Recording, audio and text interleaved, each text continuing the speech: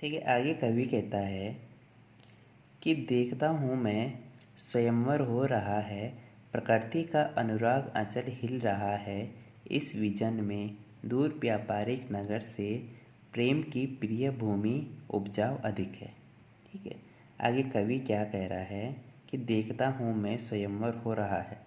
अब कवि कहता है आगे कि आज प्रकृति इतनी प्रसन्न है कि मानो वह स्वयंवर के लिए तैयार खड़ी है। ठीक है। यहाँ बैठकर मैं प्रकृति को निहारता हूँ। उसके स्वाभाविक सौंदर्य को देखकर मैं सोचता हूँ कि नगरों के चहल पहल, भीड़ भाड़ और शोर भरे जीवन में कितना स्वार्थ है। लोगों में पारस्परिक प्रेम का कितना अभाव है। नगरों में रहने वाले लोग न केवल स्वार्थ केंद्रित हैं, बल्कि वे अपने ही हृदय में छिपे प्रेम भाव को नहीं देखते हैं। ठीक है। फिर आगे कवि कहता है कि वे प्रेम रस से कितने वंचित हैं। ग्रामीण सौंदर्य की नगरी वातावरण से तुलना करते हुए कवि कहता है आगे वो कहता है कि यहाँ की एकांत शांत प्रकृति में कितना आकर्षण है, कितना सौंदर्य है, कितनी सुंदरता है। ठीक है। फिर कवि केदारनाथ अग्रवाल जी आगे कहते हैं कि हवा से हिलते ये पौधे मानो अपना आंचल रूपी हाथ हिला हिलाकर अपने हृदय का अनुराग प्रकट कर रहे हैं। इस प्रकार वे हमारे मन को बरबस अपनी ओर खींच रहे हैं।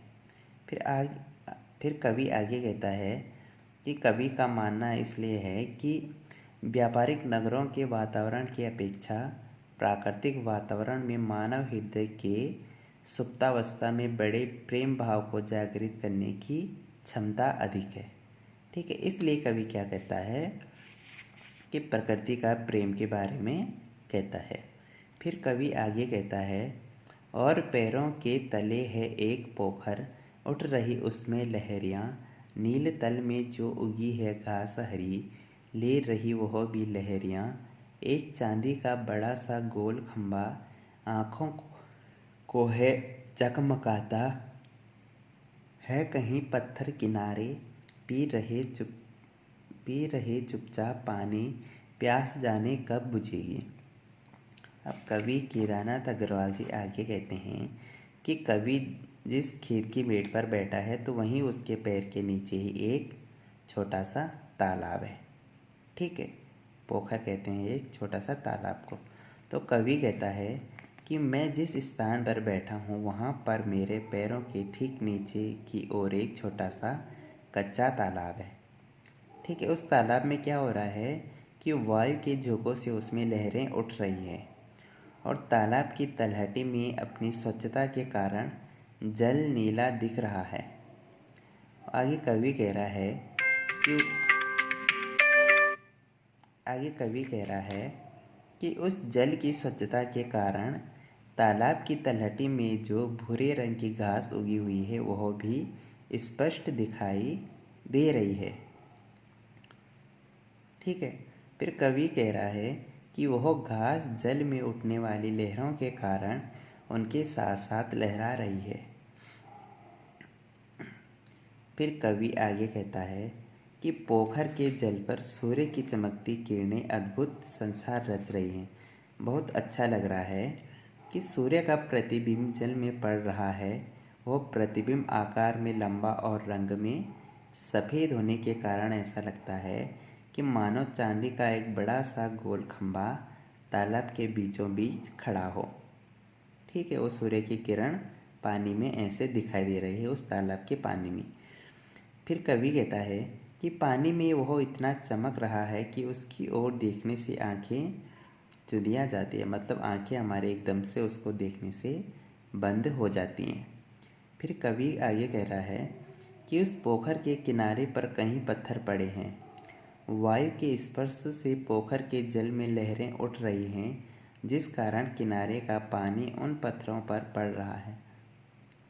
ठीक है। फिर कवि आगे कहता है कि पत्थरों को इस प्रकार जल का स्पर्श करता देख मुझे ऐसा लगता है कि मानो ये पत्थर प्यासे हों और तालाब का पानी पीने आए हों। आगे कवि कहता है कि पत्थरों द्वारा पोखर का पानी न जाने कब से पिया जा रहा है। ऐसा लगता है कि निरंतर पानी पीते रहने पर भी इनकी प्यास बुझ नहीं रही है। न जाने कब तक ये पत्थर इसी प्रकार पानी पीते रहेंगे। ठीक है। फिर कवि आगे कहता है कि चुप खड़ा बगुला डुबाए टांग जल में, देखते देखते ही मीन चंचल ध्यान निद्रा त्यागता है। चट दबा कर चोंच में नीचे गले में डालता है। एक काले माथ वाली चतुर चिड़िया श्वेत पंखों के झपाटे मार फौरन टूट पड़ती है भरे जल के हृदय पर। एक उजली चटुली मछली चोंच पीली में दबाकर दूर उड़ती है गगन में।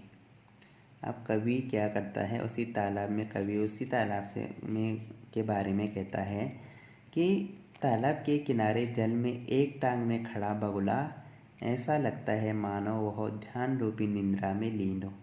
मतलब वो सो रखा हो, लेकिन क्या होता है, ज्यों ही वह जल में किसी मछली को अपने समीप से फुर्ती से तैरकर जाते देखता है, त्यों ही वह अपनी ध्यान रूपी निद्रा छोड़कर तेजी से उसे अपनी चोंच में दबाकर निकल लेता है।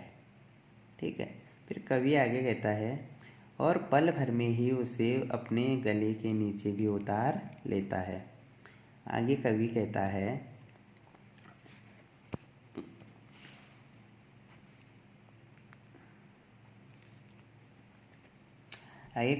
है कि एक काले माथ वाली चतुर चिड़िया श्वेत पंखों के झपाटे मार फौरन टूट पड़ती है जल भरे हृदय पर।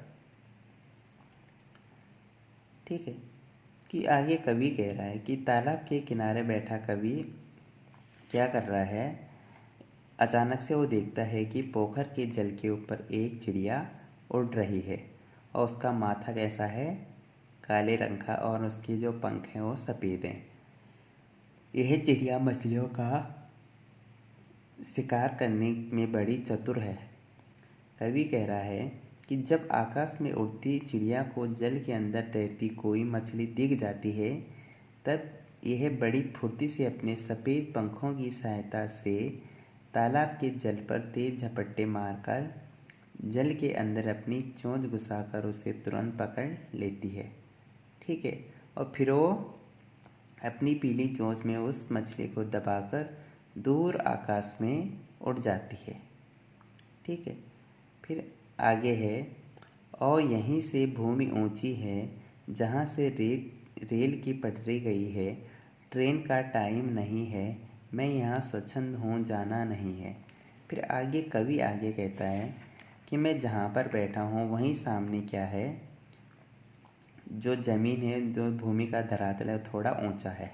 ठीक है। और उसके ऊपर रेल की पटरी बिछी हुई है। तो कवि कह रहा है कि इस समय कोई गाड़ी इधर से नहीं गुजरती, तो इसलिए वहाँ से जाने में कि कोई जल्दी मुझे नहीं है, मैं आराम से यहीं पे बैठा रहूँगा। इस प्रकार यह निश्चिंत और स्वच्छंद है।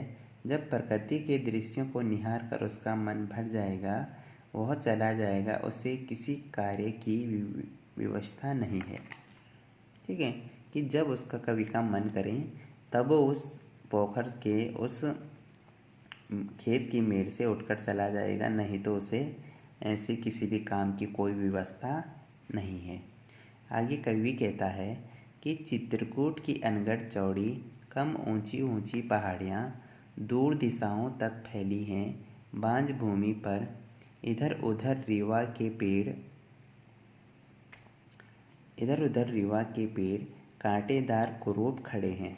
कि आगे कवि कहता है कि जब वो प्रकृति का दृश्य देखता है और उसकी मेड़ पर निहार कर बैठा है, तो कवि आगे कहता है कि मेरी आँखों के सामने चित्रकूट की बेडौल टेढ़ी मेढ़ी उबड़ खाबड़ पहाड़ियाँ दूर दूर तक फैली हुई हैं। अब जहाँ पे कवि बैठा है वहीं सामने उसे कुछ पहाड़ दिखाई दे रहे हैं जो उबड़ खाबड़ हैं और बहुत दूर दूर तक फैले हैं।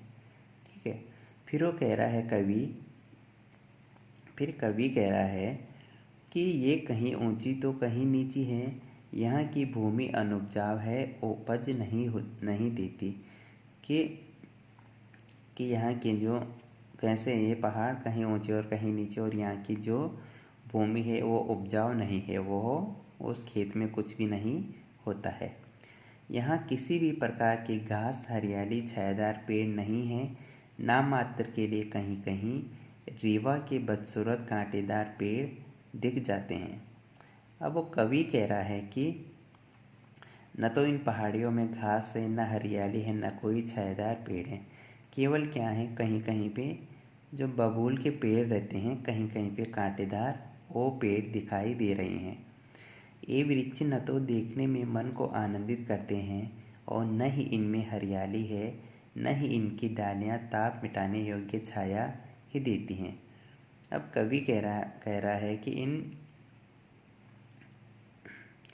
इन पेड़ों को देखने से मन को न तो आनंद मिलता है और न ही इन पेड़ों में कोई हरियाली है, और न ही ये डालियाँ कैसे हैं किसी की जो गर्मी है उसको मिटा दे, मतलब किसी को छाया दे। आगे कवि कहता है, सुन पड़ता है मीठा मीठा रस टपकाता सुग्गे का स्वर, टेंटे टेंटे सुन पड़ता है वन स्थली का हृदय चीरता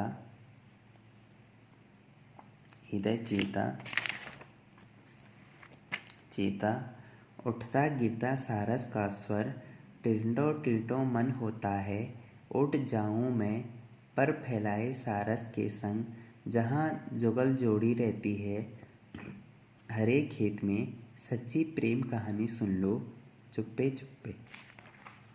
कि कवि क्या करता है, अब आगे कहता है कि कवि खेत की मेड़ पर बैठा प्राकृतिक सौंदर्य का निहारते हुए अब आगे कहता है कि जंगल में स्थिर पोखर के किनारे से तोते की टेंटे की बार बार आती हुई स्वर लहरी सुनाई दे रही है।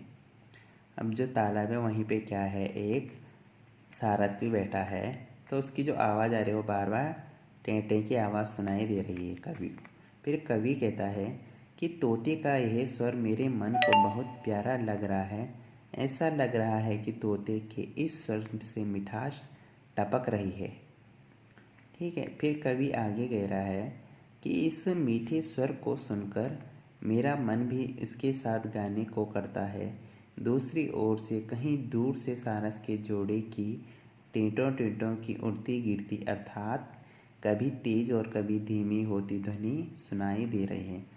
अब तोते के साथ साथ ही कवि को जो बगुले के जो जोड़े रहते हैं कहीं दूर से उनकी भी आवाज़ सुनाई दे रही है, और कभी कैसी आ रही है, कभी बहुत तेज़ आ रही है और कभी बहुत धीमी आ रही है। सारस के जोड़ी की यह ध्वनि सारे जंगल को चीरती हुई दूर दूर तक फैल रही है। कवि आगे कह रहा है कि इसकी अनुगूंज को सुनकर कवि का मन सरस और प्रेम विभोर हो उठता है। उसका मन भी कहने लगता है कि वह उठकर वहीं चला जाए जहाँ प्रेम विभोर सारसों का जोड़ा चुपचाप परस्पर प्रेमालाप कर रहा है। फिर कवि आगे कह रहा है कि वह वहीं पर कहीं आसपास छिपकर बैठ जाना चाहता है, जिससे वह चुपचाप उस सारस युगल का सच्चा प्रेमालाप सुन सके। उस सारसों का वो जो सच्चा प्रेम है, जो सच में वो विलाप कर रहे हैं, उसको सुन सकें। ठीक है, तो इस कविता में क्या है, जो केदारनाथ अग्रवाल जी उन्होंने अपने जब वो चंद्रगहना से लौटते हैं, गांव से लौटते हैं, तो बैठ के उन्हें अपने आसपास जो भी चीज़ें दिखाई देती हैं जो सत्य पे आधारित है उनका वो अपनी कविता में अच्छे से वर्णन करते हैं। ठीक है।